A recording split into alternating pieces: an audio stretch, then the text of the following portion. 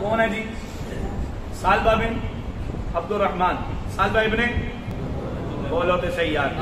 عبد الرحمن. سالبہ ابن عبد الرحمن 16 سال کا صحابی ہے. 16 سال کا صحابی ہے. تقویٰ دیکھ، ایمان دیکھ، اور نبی علیہ السلام کی خدمت میں رہنے والے ہیں. فرماتے کیا ہے؟ فرماتے ہیں کریم آقا علیہ السلام جب بھی کسی کو بلانے بھیجتے نا، کسی جگہ یافور جاتا، کسی جگہ سالبہ جاتا. یافور کیا ہے پتہ ہے؟ میرے نبی کی سواری ہے، جسے آپ گدا کہہ سکتے ہیں. فرمایا وہ سواری ہے جس پہ سارے انبیاء بیٹھتے آئے ہیں، ان کی نسل میں سے ہے، اور اس کا مالک یہودی تھا، اور اوپر بیٹھنے کی کوشش کرتا، یہ اٹھا کے پرے پھینک دیتا. اور گدے کو اتنی سینس کہاں سے آ گئی؟ میرے نبی کی سواری کو اتنی سینس کہاں سے آ گئی؟ وہ کہتے ہیں عقل اگر گدوں والی بھی ہو اور عدم رسالت موجود ہو تو عقل بھی کام کر جاتی ہے. عقل بھی کام کر جاتی ہے. نبی علیہ السلام کے غلاموں نے پوچھا یا رسول اللہ ذرا اس سے پوچھئے تو صحیح، یہ اپنے مالک کو جو کافر تھا اس کو بیٹھنے کیوں نہیں دیتا تھا؟ میں میری پشت پہ آج تک کوئی نجس نہیں بیٹھا، اس پشت پہ جب بھی بیٹھا ہے کوئی پاک بیٹھا ہے، اور اس پشت پہ محمد عربی پاک ہی بیٹھ سکتے ہیں. جناب سالبہ فرماتے ہیں جب وہ نہ ہو تو مجھے بھیج دیتے. فرمایا جاؤ ابو بکر کو بلا لو، جاؤ عمر کو بلا لو، جاؤ عثمان کو بلا لاؤ، جاؤ علی کو بلا لاؤ، جاؤ حسین کو بلا لاؤ، جاؤ طلحہ کو بلا لاؤ. میں صحابہ کو کوئی کام ہوتا بھیج دیتے. ایک دن جناب سالبہ دل کی کان ہے تو ان سے سماعت کریں. جناب سالبہ فرماتے ہیں مصطفیٰ کہیں جانے نے مجھے کام بھیجا. جب کام بھیجا نا تو میں جا رہا تھا، راستے میں اچانک کیا دیکھتا ہوں کہ ایک پردے کے اندر عورت غسل کر رہی ہے. حمام کے اندر کہہ رہے ہیں، پردے کے اندر کہہ رہے ہیں. کہتے ہیں اچانک آواز چلی، پردہ اٹھا. میں چل رہا تھا اسی راستے پر، اچانک میری نگاہ اس پہ پڑ گئی. اس نہانے والی عورت پر، غیر محرم پر میری نگاہ پڑ گئی. جب نگاہ پڑی نا جناب سالبہ کا عمل دیکھ. جناب سالبہ بن عبد الرحمن فرماتے ہیں کہ اسی وقت فوراً میں وہاں سے بھاگا، وہاں سے کام سب میں بھول گیا، وہاں سے بھاگ پڑا.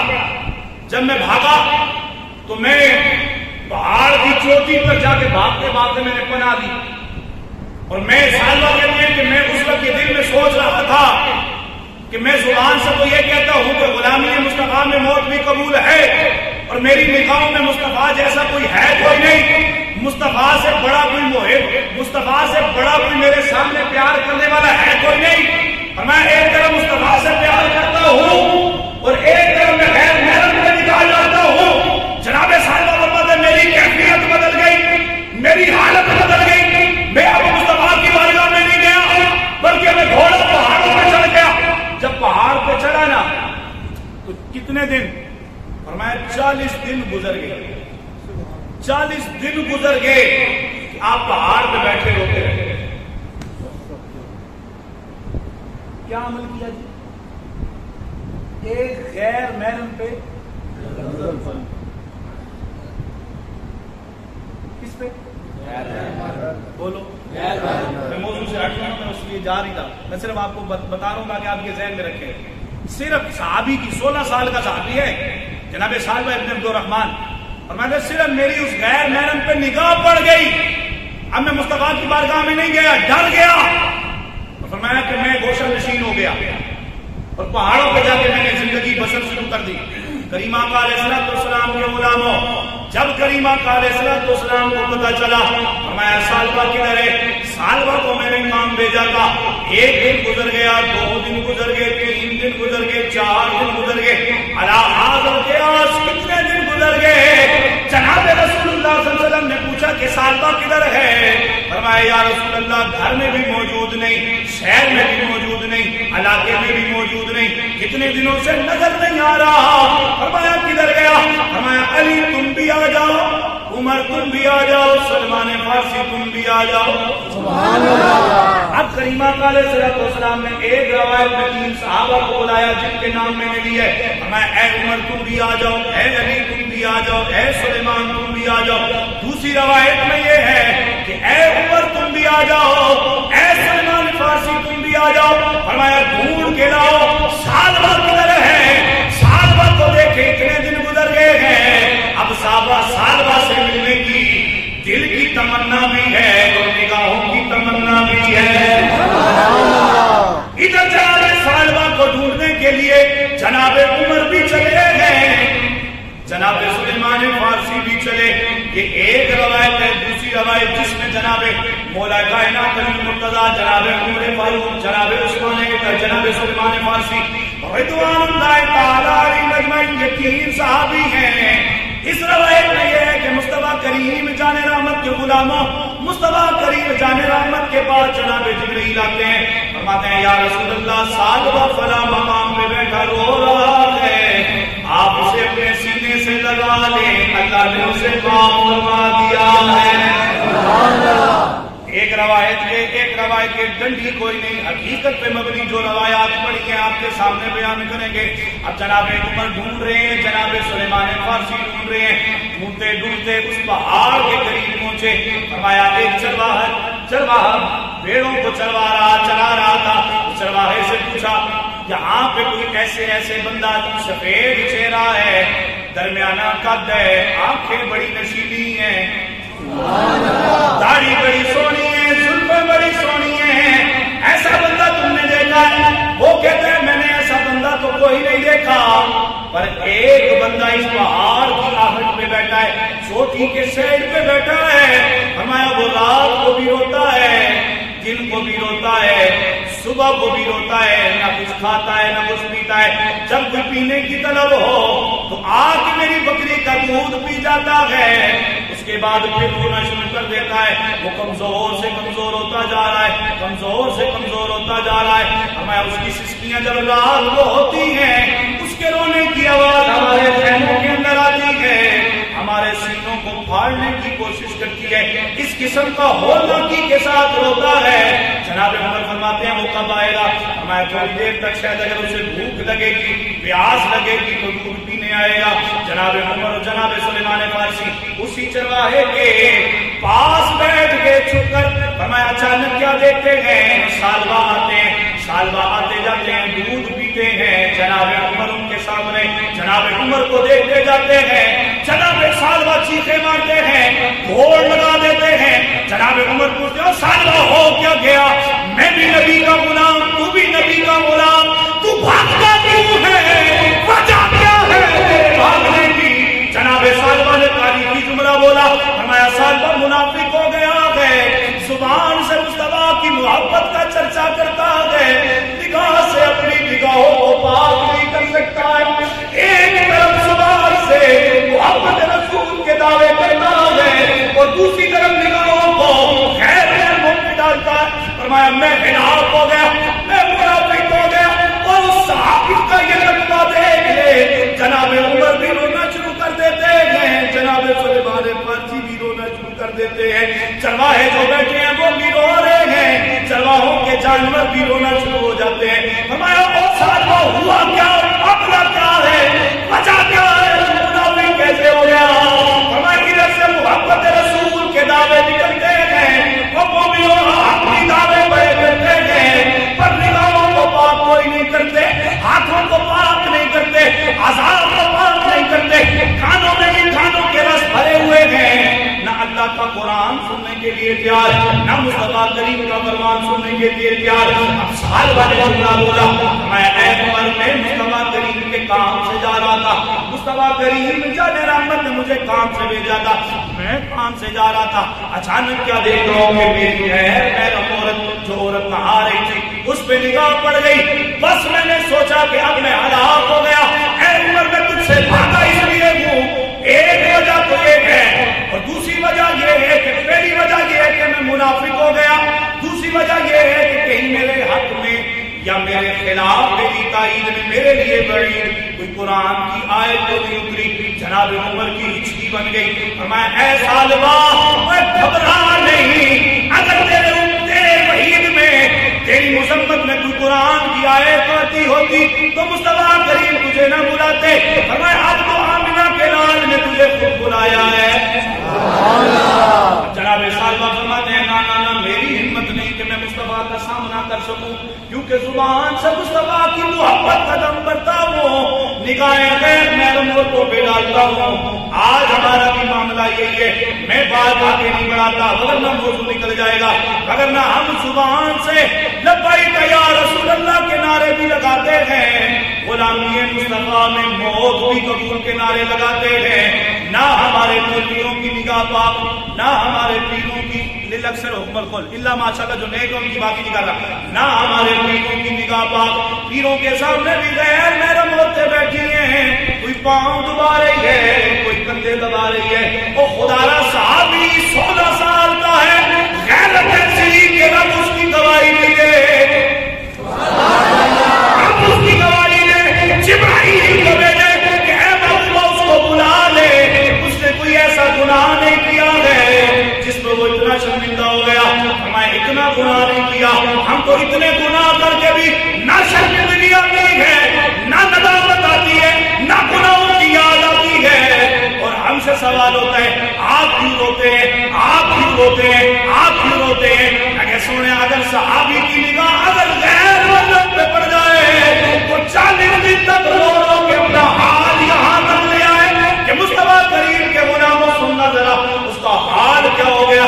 جناب عمر نے کہا میں مصطفیٰ کے پاس کیوں نہیں جانا؟ میں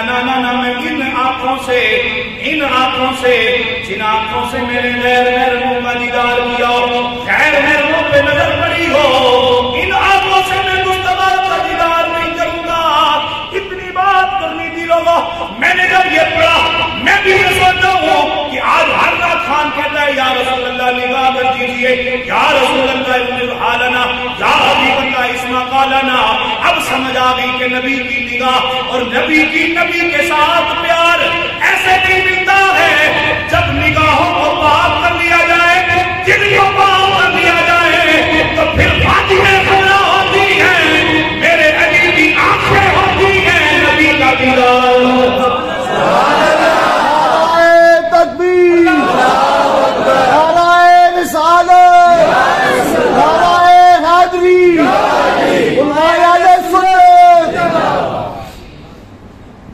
اور لوگوں ہمیں دیدار نبی کا اس لیے نہیں ہو سکتا کیونکہ ہم ان نگاہوں سے غیر محرموں کو بھی دیکھتے ہیں، فلموں کو بھی دیکھتے ہیں، ٹی وی کو بھی دیکھتے ہیں، اور علی ھذا القیاس ہر گناہ جو ہو سکتا ہے ہماری ممکنہ حد کے اندر ہوتا ہے، ہم وہ گناہ کرتے ہیں۔ واہ سبحان اللہ، اس صحابی کے قربان نہ جاؤں جس صحابی کا اتنا تقویٰ ہے، فرماتے ہیں عمر میں نبی کے سامنے نہیں جاؤں گا۔ جناب عمر نے کہا چل تو نبی کے سامنے نہ جا، پھر کب آئے گا؟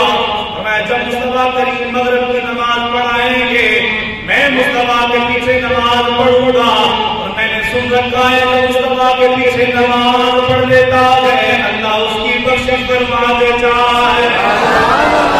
اب جناب سالبہ کا تقویٰ دیکھنا اور تقویٰ کی وہ بنیاد جسے ہم نے کھڑا کرنا ہے، انشاءاللہ میرے ساتھ نوجوان مل جاؤ، ہم نے یہ تقویٰ کھڑا کرنا ہے، نہ ہم نے خطیبوں کے پیچھے چلنا، نہ ہم نے 2 نمبر پیروں کے پیچھے چلنا، ہم نے چلنا ہے یا نبی کی سیرت کے پیچھے چلنا ہے، نبی کی شریعت کے پیچھے چلنا ہے، یا صحابہ کے پیچھے چلنا ہے، یا اہل بیت کے پیچھے چلنا ہے۔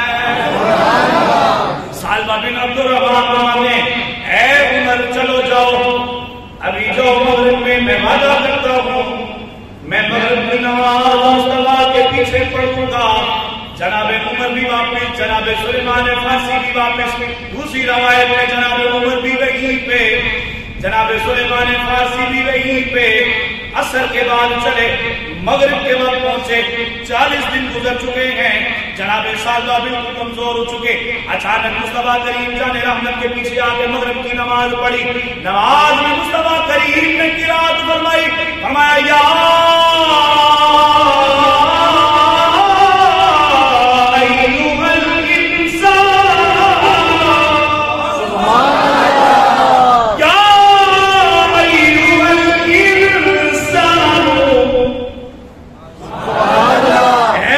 انسان یا ایوہ الانسان، اگے گالی کوئی نہیں، ما غرک بربک الکریم، فرمایا جب کہا یا ایوہ الانسان، سالبہ فرماتے ہیں جب میرے نبی نے یہ قرات شروع کی، میرے نبی نے تلاوت نماز میں شروع کی، جب کہا یا ایوہ الانسان، سالبہ فرماتے ہیں میرے جسم سے نور نکلنے لگا، میرا جسم کانپنے لگا، فرمایا سالبہ کو میرا نبی مخاطب کر رہا ہے، فرمایا ما غرک سبحان اللہ یا ایھا الانسان ما غرک بربک الکریم، اے انسان مجھے کس چیز نے رب سے غافل کر دیا، رب سے دور کر دیا، اس رب کے ساتھ بے نیازیاں سکھا دی۔ فرمایا جناب سالبہ فرماتے ہیں میں بے ہوش ہو گیا، نماز کی حالت میں بے ہوش ہوا، لوگ اٹھا کے مجھے گھر لے آئے، جب مصطفیٰ کو پتا چلا، مصطفیٰ عیادت کرنے کے لیے میرے گھر آ گئے تھے۔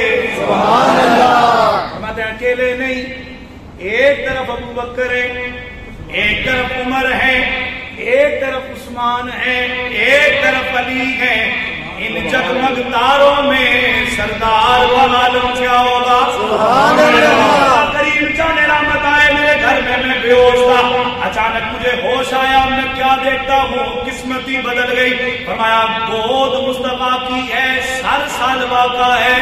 اب جناب سالبہ کا تقویٰ دیکھ، سالبہ نے فوراً اپنا سر مبارک نہ گود سے ہٹانے کی کوشش کی، گود سے ہٹانے کی کوشش، اور یہ ادب کے منافی نہیں تھا، ان کی بات بھی سنو۔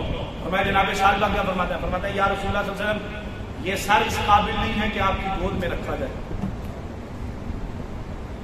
یہ سر اس قابل نہیں ہے کہ آپ کی گود میں رکھا جائے، پر مصطفیٰ کریم جان رحمت بالوں میں انگلیاں پھیرتے جاتے، داڑھی پہ ہاتھ پھیرتے جاتے اور سالبہ سے باتیں کرتے جاتے۔ سبحان اللہ، جناب سالبہ فرماتے ہیں یا رسول اللہ یہ سر مبارک اس قابل نہیں ہے کہ آپ کی گود میں رکھا جائے۔ بس آخری گل جتھے جملہ تساں سننا ہے، آخری گل فرمایا گناہ کیا ہوا تھا جی؟ بولو بولو بولو بولو، صرف غیر محرم پر نگاہ پڑی تھی، اٹھا سیرت صحابہ رسول صلی اللہ علیہ وسلم رضوان اللہ تعالی علیہم اجمعین، ان کو اٹھا کے پڑھ، مجھے سمجھ آئے سالبہ بن عبد الرحمن کا واقعہ اٹھا کے پڑھ، رومتے نہ کھڑے ہو تب بات کرنا۔ فرماتے کہ فرمایا صرف ایک دفعہ غیر محرم پہ نگاہ پڑ گئی تھی، 40 دن لگ کے توبہ کرنے میں، 40 دن۔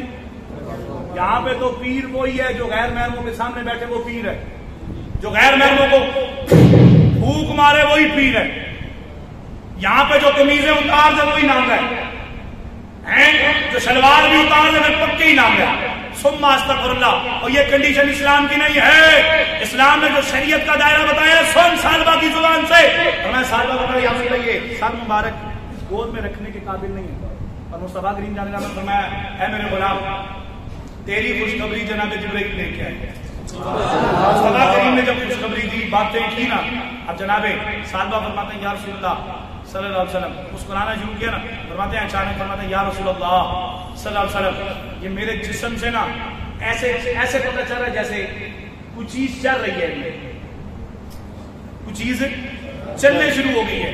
اب میرے نبی علیہ السلام نے یہ نہیں کہا کمزوری ہے، خون کی کمی ہو گئی ہے، واہ میں نبی کے قربان جاؤں، انا نفس الفداء لقبر وانت ساکنہ ففیہ الجود وفیہ العفاف والکرم، فرمایا جی چاہتا ہے یا رسول اللہ آپ کے قدموں پہ ڈھیر ہونے کو، قربان ہونے کو جی چاہتا ہے، یہ ہر بندے کی آواز ہے۔ اب جناب سالبہ کو یہ نہیں کہا کمزوری ہو گئی ہے، کھانا پینا کھا، روٹی شوٹی کھا، اب میں نبی نے یہ نہیں کہا، فرمایا سالبہ بس تو مجھے دیکھتا جا، تیرا وقت آخری آ گیا، اللہ اکبر، تیرا موت کا وقت آ چکا ہے، تیرے ساتھ اسرائیل جناب اسرائیل علیہ ملک الموت آ چکے ہیں۔ اب جناب سالبہ کیا کرتے ہیں؟ جناب سالبہ رونا شروع کر دیتے ہیں، اور روتے روتے نا مصطفیٰ کریم کی طرف دیکھ کے نا اچانک روح جب نکل جاتی ہے تو جناب سالبہ کی روح نکلنے کے ساتھ ہی ہمیں کیا پیغام ملا؟ میں نے کہا سالبہ تو نے ایسی توبہ کی ہے، ایسی توبہ کی ہے کہ کوئی عام توبہ نہیں، اور کتنا تو خوش قسمت ہے، تیری روح نکل رہی ہے اور تیرا سر مصطفیٰ کی گود میں ہے۔ کہاں ہے جی؟ مصطفیٰ کریم جان رحمت کی گود میں گئی. مصطفیٰ کریم جان رحمت اٹھے, صحابہ کو کہا اس کو غسل بھی دو, کفن بھی دو. مصطفیٰ کریم جان رحمت خود جنازے میں شریک ہوئے, خود پڑھایا. اب مصطفیٰ کریم چلتے جا رہے ہیں نا, تو مصطفیٰ کریم تیزی سے چل رہے ہیں اور پاؤں کے اگلے پنجے پر چل رہے ہیں, پاؤں پہ اگلے پنجے پہ چل رہے ہیں. فرمایا جب چل رہے ہیں لوگ, صحابہ نے عرض کی یا رسول اللہ صلی اللہ علیہ وسلم آپ ایسے کیوں چل رہے ہیں؟ فرمایا سالبہ کے جنازے میں 70,000 فرشتے آئے ہوئے ہیں.